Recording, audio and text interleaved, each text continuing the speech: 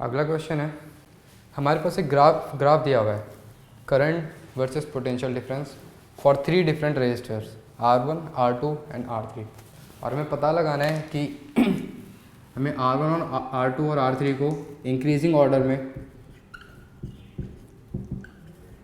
Arrange करना है। तो ग्राफ देखकर रेजिस्टेंस फाइंड करने का तरीका क्या है? हमें पता है resistance is equals to slope of voltage versus current graph. Resistance क्या होता है? Slope of voltage versus current graph. But देखने वाली बात यह है कि हमारे को यहाँ करंट वर्सेस वोल्टेज ग्राफ दिया हुआ है। तो करंट वर्सेस वोल्टेज ग्राफ के लिए हम क्या करेंगे, और स्लोप चाहिए हमें वोल्टेज वर्सेस करंट ग्राफ का। तो होता है क्या है, slope of VI graph is equals to inverse of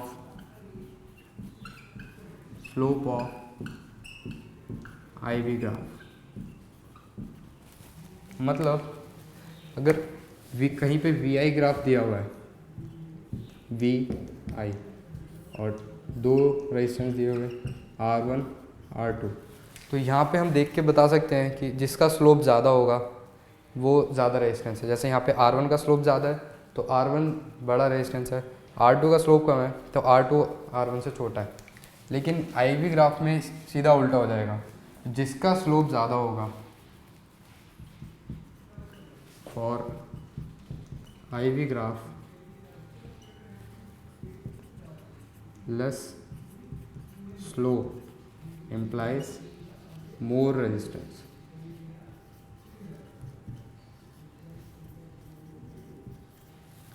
ठीक है, तो हम यहाँ आ जाते हैं अपने IV ग्राफ पे।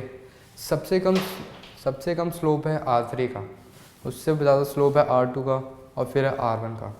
तो जैसे यहाँ पे क्या, less slope implies more resistance, तो इन सब में, इन तीनों में सबसे कम रेजिस्टेंस R3 का है, तो सबसे ज़्यादा रेजिस्टेंस रहेगा R3 का।